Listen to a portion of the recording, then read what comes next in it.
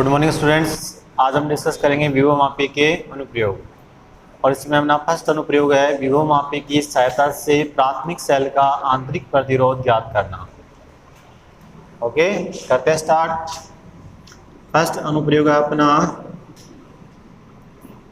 विभव मापी की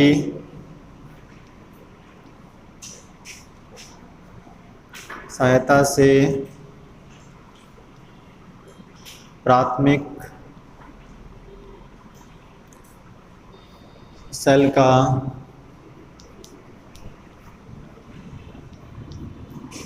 आंतरिक प्रतिरोध ज्ञात करना।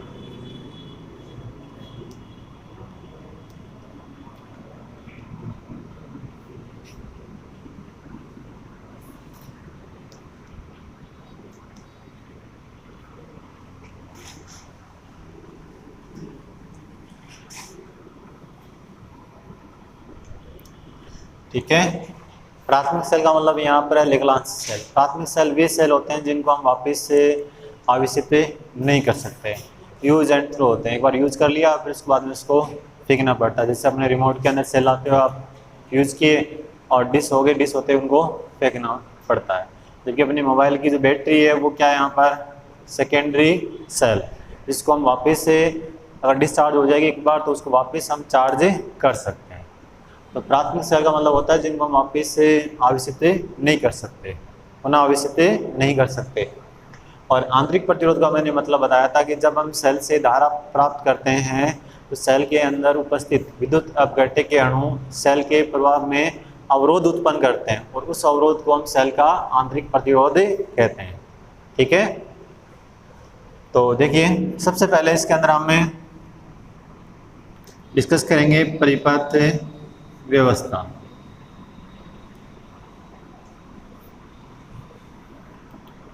ठीक है, परिपथ व्यवस्था में देखिए प्राथमिक परिपथ में विभव मापी के तार AB के श्रेणी क्रम में EP विद्युत वाहक बल की बैटरी, फिरकी K1 और धारा नियंत्रक RH1 RH संयोजित कर देते हैं और ये विभव मापी का तार हो गया A और B। ठीक है बच्चों, विभव मापी के तार AB है तो इस बैटरी का पॉजिटिव टर्मिनल A से नेगेटिव की K1 से कुंजी K1 से और कुंजी का दूसरा टर्मिनल धारा नियंत्रक से, धारा नियंत्रक का दूसरा टर्मिनल विभव मापी के तार के B सिरे से। ये हो गया अपना प्राथमिक परिपथ। अब द्वितीयक परिपथ में क्या करेंगे, जिस सेल का आंतरिक प्रतिरोध ज्ञात करना है उस सेल के पॉजिटिव टर्मिनल को विभव मापी के तार के A सिरे से नेगेटिव सिरे को गैल्वेनोमीटर से और गैल्वेनोमीटर को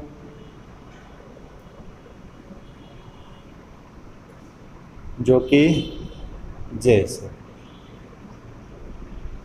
ठीक है, गैल्वेनोमीटर के दूसरे टर्मिनल को जो कि J से, और जो कि J की सहायता से हमें इस तार पर कहीं भी विद्युत परिपथ का से हम कांटेक्ट स्थापित कर सकते हैं। अब एक अन्य परिपथ में आप देखिए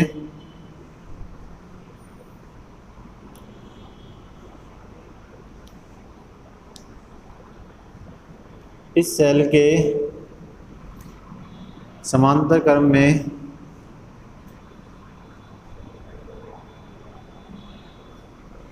एक प्रतिरोध बॉक्स और कुंजी K2 संयोजित कर देते हैं। ठीक है, जिस सेल का हमें आंतरिक प्रतिरोध ज्ञात करना उसके पॉजिटिव को A सिरे से, नेगेटिव को धारामापी से, धारामापी को जो कि J से, और इस अन्य परिपथ में इस सेल के समांतर क्रम में प्रतिरोध बॉक्स RB और कुंजी K2 संयोजित कर देते हैं। क्लियर।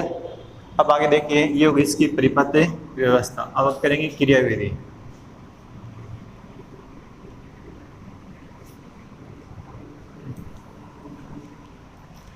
सर्वप्रथम हम कुंजी K1 को बंद करके ऑन करके प्राथमिक परिपथ को पूर्ण करते हैं, जिससे प्राथमिक परिपथ में धारा प्रवाहित होना प्रारंभ कर देती है। ठीक है, प्राथमिक परिपथ पूर्ण हो गया, कंप्लीट हो गया, इसमें धारा प्रवाहित होने लग गई। अब हमें कुंजी K2 को ऑफ रखते हैं। देखिए, फर्स्ट हम की कुंजी K1 इसको ऑन और K2 को ऑफ। ठीक है, यहाँ इसको ऑफ रखेंगे और ऑफ रखेंगे और फिर इससे सेल के लिए हमें एक संतुलित लंबाई ज्ञात करेंगे। वो मान लीजिए आपकी आ गई L1। तो देखिए L1 संतुलित लंबाई आएगी तो धारा मापी में विक्षेप रहेगा वो 0। इसका मतलब यहाँ कोई धारा प्रवाहित हो रही है इस सर्किट में? नहीं हो रही। इस सर्किट में कोई धारा प्रवाहित हो रही है? नहीं हो रही। इसका मतलब सेल से कोई धारा प्राप्त नहीं हो रही। इसका मतलब सेल के टर्मिनलों के जो मध्य विभवांतर होगा वो सेल का विद्युत वाहक बल, सेल का विद्युत वाहक बल, मतलब अपने पास जो संतुलित लंबाई आएगी वो सेल के विद्युत वाहक बल के लिए आएगी, क्योंकि सेल से कोई धारा प्राप्त नहीं की जा रही है। अर्थात सेल खुले परिपथ में होगा तो सेल के टर्मिनलों के मध्य विभवांतर सेल का विद्युत वाहक बल कहलाता है। क्लियर? तो देखिए बच्चों, यदि सेल के विद्युत वाहक बल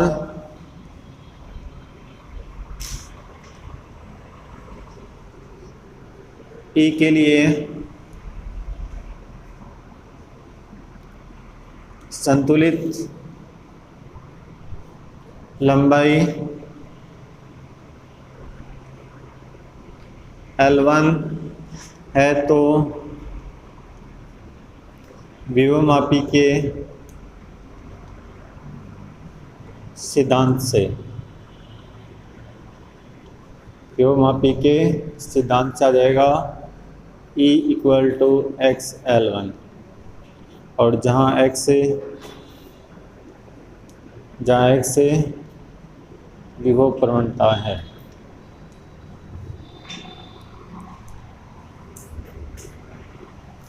ओके, अब देखिए, अब हम आगे इसको कि K1 को तो ऑन ही रखना है हमेशा जब तक हम एक्सपेरिमेंट परफॉर्म करेंगे। अब K2 को भी ऑन कर देते हैं। अब इसको जैसे ही ऑन करेंगे और साथ में इसमें सबसे पहले इसमें एक रेजिस्टेंस निकाल लेंगे, कोई डॉट निकाल लेंगे ज्ञात प्रतिरोध R की। रेजिस्टेंस बॉक्स होता है, प्रतिरोध बॉक्स होता है, उस पर प्रतिरोध की डॉट लगी रहती हैं। कोई प्लग हमने इसमें निकाल लेंगे, बाहर निकाल लेंगे और उतना ही रेजिस्टेंस परिपथ में प्रयुक्त हो जाएगा। वो मान लीजिए कितना, अपना R। तो अब इसमें करंट फ्लो होना स्टार्ट हो जाएगी।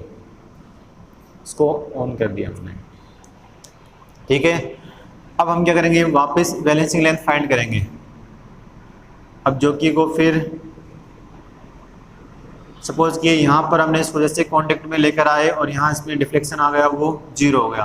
तो इस परिपथ में कोई धारा प्रवाहित नहीं हो रही, लेकिन इस परिपथ में धारा प्रवाहित हो रही है कि नहीं हो रही है?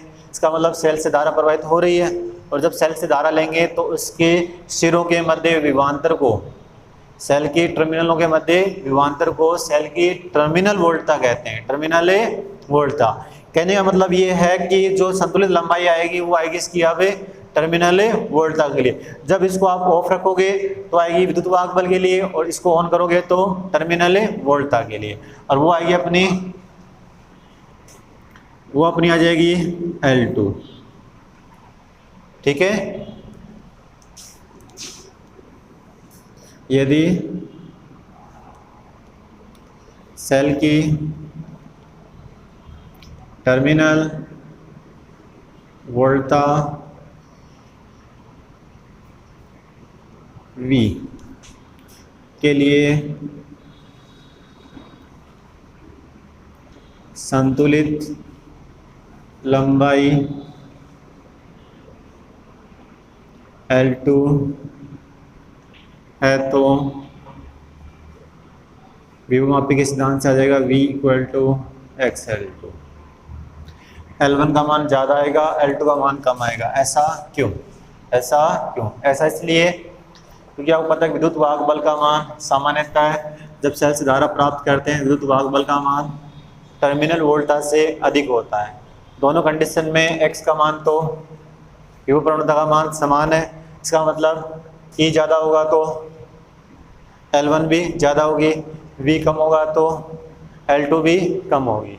ठीक है, तो L1 is greater than L2। L1 का मान है वो L2 से अधिक होगा। अब आगे देखो, यदि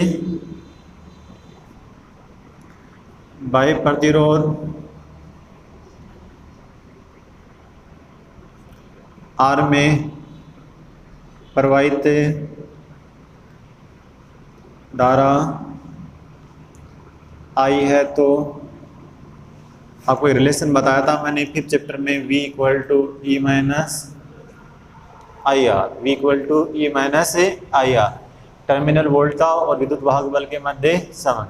V equal to E minus I into small r cell का आंतरिक प्रतिरोध, या इसको हम यूँ लिख सकते हैं I into small r equal to E minus v. अतः सेल का आंतरिक प्रतिरोध निकालेंगे तो आ जाएगा small r equal to E minus we upon I. Equation 3। Okay, फिर आगे देखिए, ओम के नियम से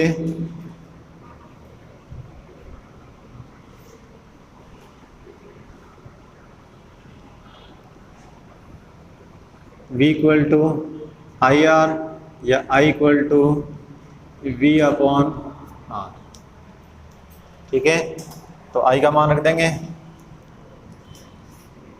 अतः इक्वेशन 3 से I का मान रखेंगे तो small r equal to E minus we upon V into capital R।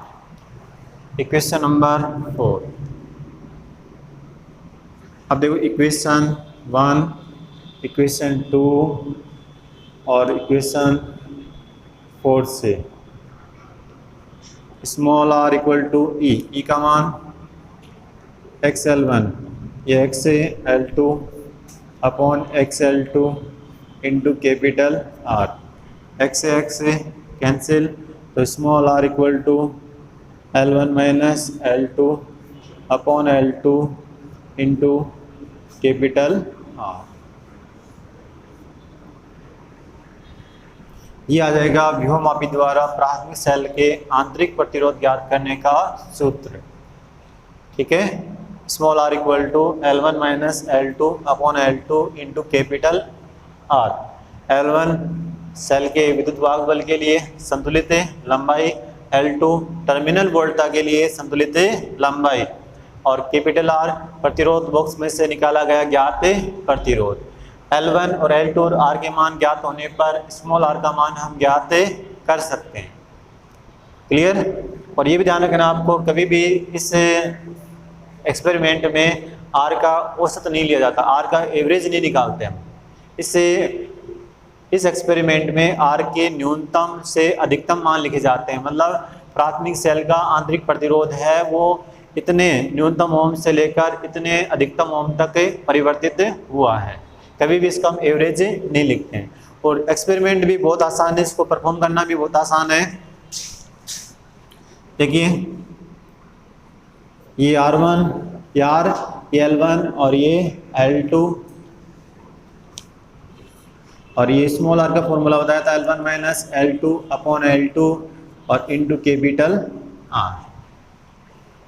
ठीक है, सबसे पहले हम इसको ऑफ रखेंगे और इसके विद्युत वाहक बल के लिए संतुलित लंबाई L1 ज्ञात कर लेंगे। वो मान लीजिए आपकी आ गई 950 सेंटीमीटर। ठीक है, फिर हम इसमें 1 ओम का रेजिस्टेंस निकाल लेंगे और की को ऑन कर देंगे। अब जो निकालेंगे वो आएगी टर्मिनल वोल्टा के लिए वो L2 आपकी मान लीजिए आ गई 200 सेंटीमीटर और आपका रेजिस्टेंस आ गया 1 ओम। फॉर्मूला आपके पास में है small r equal to L1 minus 200/200 into 1। तो इसमें निकालेंगे तो ये होगा 750/200 या 7.5/2। अब 2 से डिवाइड कर लेंगे तो 3 और फिर 1 15 आ जाएगा 7 और 5। ओके, फिर देखिए नेक्स्ट में क्या करेंगे 2 ओम 1 ओम 2 ओम। अब इसको आप ऑफ करोगे तो इसको कोई मतलब ही नहीं रह जाएगा, तो आपके लिए L1 तो सेम ही आएगी। इसको आपको चेंज नहीं करना है, इसको एक बार सेट करने के बाद में इसको चेंज नहीं करना है। इसका मतलब आपकी L1 तो सेम ही आएगी। और ये आपकी मान लीजिए आ गई 300 सेंटीमीटर। वही फॉर्मूला यूज करके फिर अगेन स्मॉल r का मान याद कर लेंगे। ठीक है, ध्यान रखना इसमें L1 है वो सेम ही रहेगी। R चेंज करेंगे तो टर्मिनल वोल्टा चेंज होगी, टर्मिनल वोल्टा चेंज होगी तो L2 का मान भी चेंज होगा। Okay, clear. देखिए हमने अब तक डिस्कस कर लिया है विभवमापी द्वारा प्राथमिक सेल का आंतरिक प्रतिरोध ज्ञात करना। अब इस पर बेस्ड न्यूमेरिकल डिस्कस करते हैं। अपना न्यूमेरिकल है एक विभवमापी जिसके तार की लंबाई व प्रतिरोध क्रमशः 10 मीटर व 10 ओम है। लंबाई 10 मीटर, प्रतिरोध 10 ओम, जिसके प्राथमिक परिपथ में 2 वोल्ट विद्युत वाहक बल व 2 ओम आंतरिक प्रतिरोध का सेल जोड़ा गया है। एक प्राथमिक सेल के लिए संतुलित लंबाई 5 मीटर प्राप्त होती है, परंतु जब सेल से 0.1 एम्पीयर धारा प्राप्त की जाती है तो टर्मिनल वोल्टा के लिए संतुलित लंबाई का मान 4 मीटर प्राप्त होता है। ये सेकेंडरी सर्किट में द्वितीयक परिपथ में जुड़े सेल के लिए। जब सेल खुले परिपथ में होगा तो 5 मीटर और बंद परिपथ में होगा तो 4 मीटर। तो सेल का आंतरिक प्रतिरोध ज्ञात कीजिए। देखिए दिया है प्राथमिक परिपथ के लिए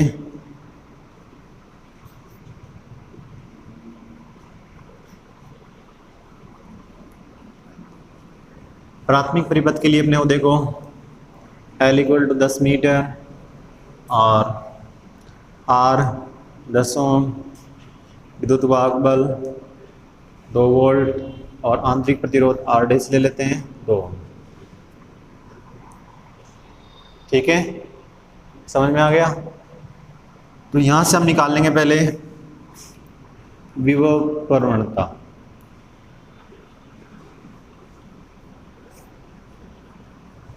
EP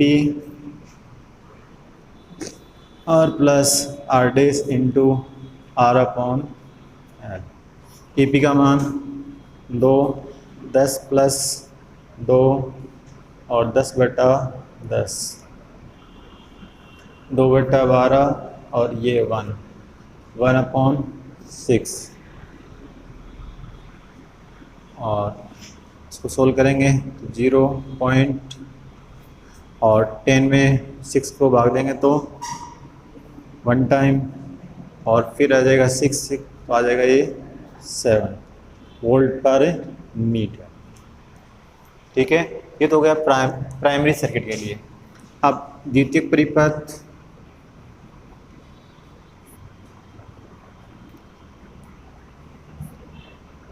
के लिए हमें दे रखा है L1 5 मीटर, L2 4 मीटर और I 0.1 एम्पियर और स्मॉल r का मान हमें ज्ञात करना है।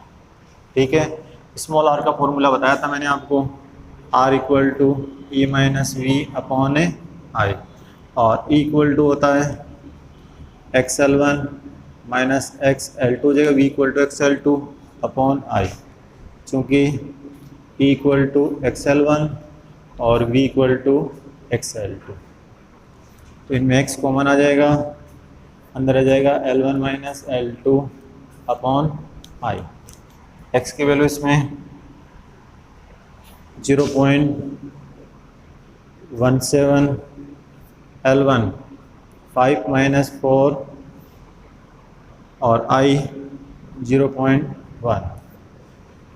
5 माइनस 4 1 और पॉइंट से पॉइंट यहाँ कैंसिल हो जाएगा एक, तो R इक्वल टू आ जाएगा अपने पास 1.7 ओके, क्लियर।